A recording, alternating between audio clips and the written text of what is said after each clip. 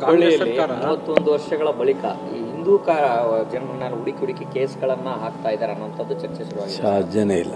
ನಮ್ಮಲ್ಲಿ last government farm ಆದಮೇಲೆ ಹಳೇ ಕೇಸಸ್ಗಳು ಅನಾವಶ್ಯಕವಾಗಿದ್ದವನ್ನ ಪ್ರಪೋಸಲ್ ಪೆಂಡಿಂಗ್ ಇರೋವನ್ನ ಕ್ಲಿಯರ್ ಮಾಡ್ತಾ ಇದ್ದೀವಿ ವಿನ ಯಾವುದೇ ಒಬ್ಬರ ಮೇಲೆ ಒಂದು ಕೇಸನ್ನು ಹಾಕಿ ಅಂತ ಇಲ್ಲಿವರೆಗೆ ನಮ್ಮ ಗೌರ್ಮೆಂಟು ಅಥವಾ ನಮ್ಮ ಇಲಾಖೆ ಆ ಥರದ ಪ್ರೋಸೆಸ್ ಮಾಡಿಲ್ಲ. ಸುಮ್ಮನೆ ಅನಾವಶ್ಯಕವಾಗಿ ಚುನಾವಣೆ ಇಟ್ಕೊಂಡು ಹಬ್ಬಿಸ್ತಾರೆ. ಅವ್ರಿಗೆ ಏನಾಗುತ್ತೆ, ಬಂಡವಾಳ ಇಲ್ಲ.